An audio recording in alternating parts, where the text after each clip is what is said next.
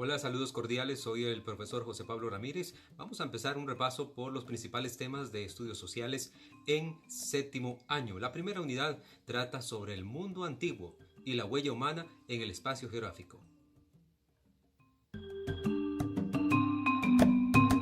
Bien, como decíamos, vamos a repasar en esta ocasión la primera unidad de séptimo año en estudios sociales, el mundo antiguo y la huella humana en el espacio geográfico, 70.000 años antes de Cristo al 3000 antes de Cristo. Vamos a tocar algunos temas que nos parecen fundamentales. El proceso en el cual el ser humano pasa de un estado nómada a un estado sedentario. Nos vamos a dar cuenta que eso no ocurre de la noche a la mañana, sino que hay un largo proceso evolutivo para que el ser humano lograra establecerse en un solo lugar y con eso transformar el medio geográfico que le rodea.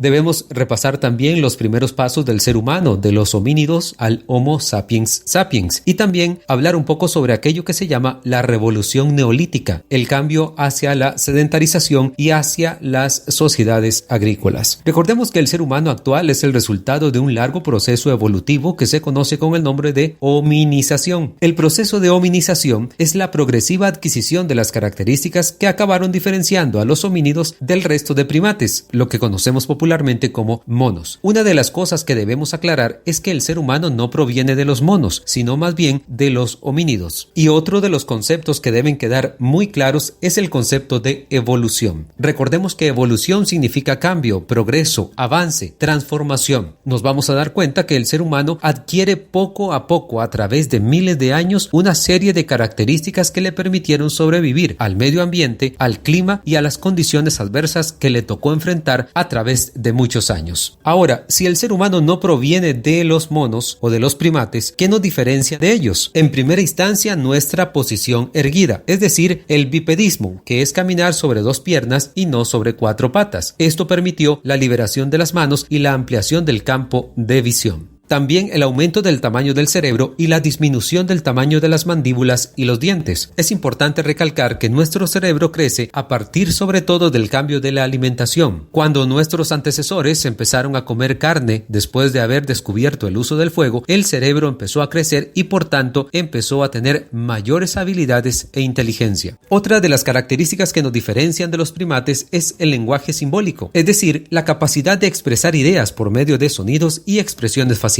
Todas estas características se fueron adquiriendo poco a poco como consecuencia de la evolución y de la selección natural. La selección natural es la supervivencia de los que mejor se adaptan al medio ambiente. ¿De dónde proviene el ser humano? Esa es una respuesta que nos ha maravillado a toda la humanidad a través de los tiempos. Recordemos que hay varias respuestas para esa pregunta. Unas tienen que ver más con la fe, con el credo y la religión que cada uno de nosotros profesa. La otra es la que han intentado formular los científicos a partir de investigaciones, de pruebas y de un método que permita la comprobación. Es así que los primeros homínidos aparecieron en África, por ello a África se le llama la cuna de la humanidad, y desde allí colonizaron todo el mundo. Al principio se alimentaban solo de vegetales, pero los cambios climáticos les obligaron a incluir la carne en su dieta y esto permitió el aumento del tamaño del cerebro. Aunque existen otros antecesores, generalmente se incluyen 5: el Australopithecus africanus, el Homo habilis, el Homo erectus, el hombre de Neandertal y finalmente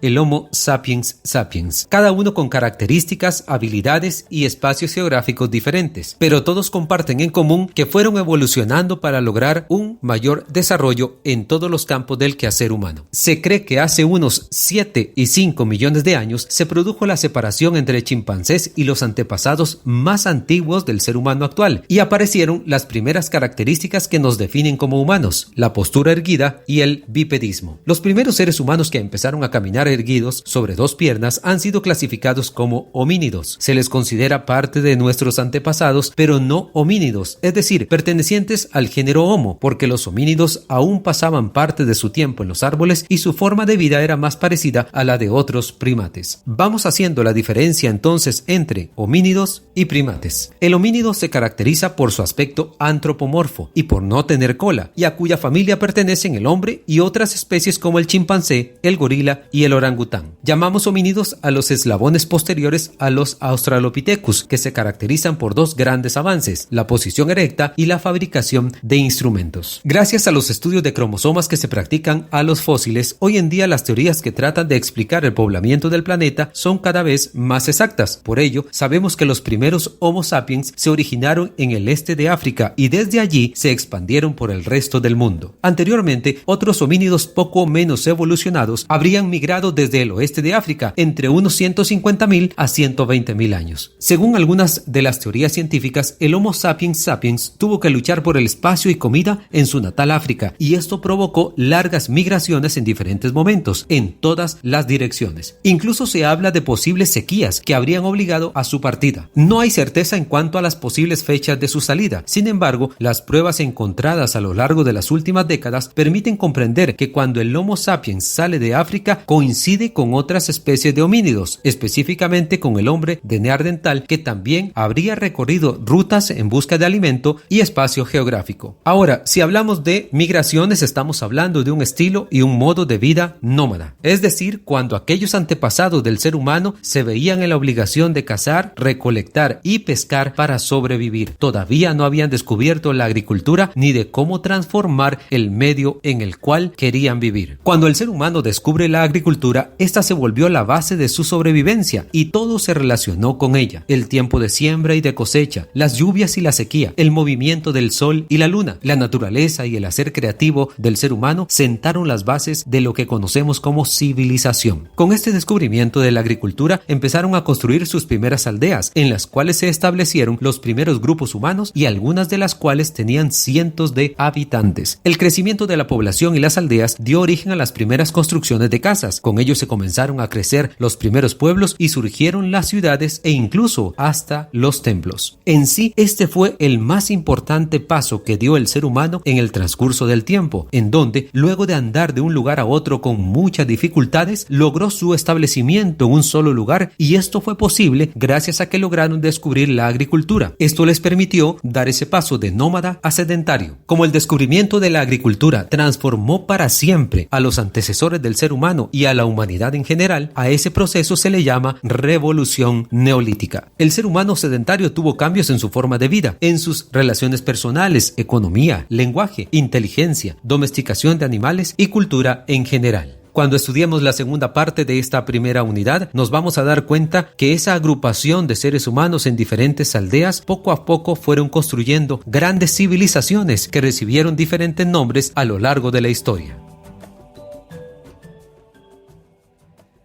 Muy buenas, saludos cordiales. Les habla el profesor José Pablo Ramírez, docente en Estudios Sociales y Educación Cívica. No olvides comunicarte conmigo a través de estas vías en las cuales podemos conversar e interactuar para evacuar dudas y apoyarte en tus estudios. Que tengas muchos éxitos en esas metas que te has establecido. Saludos especiales.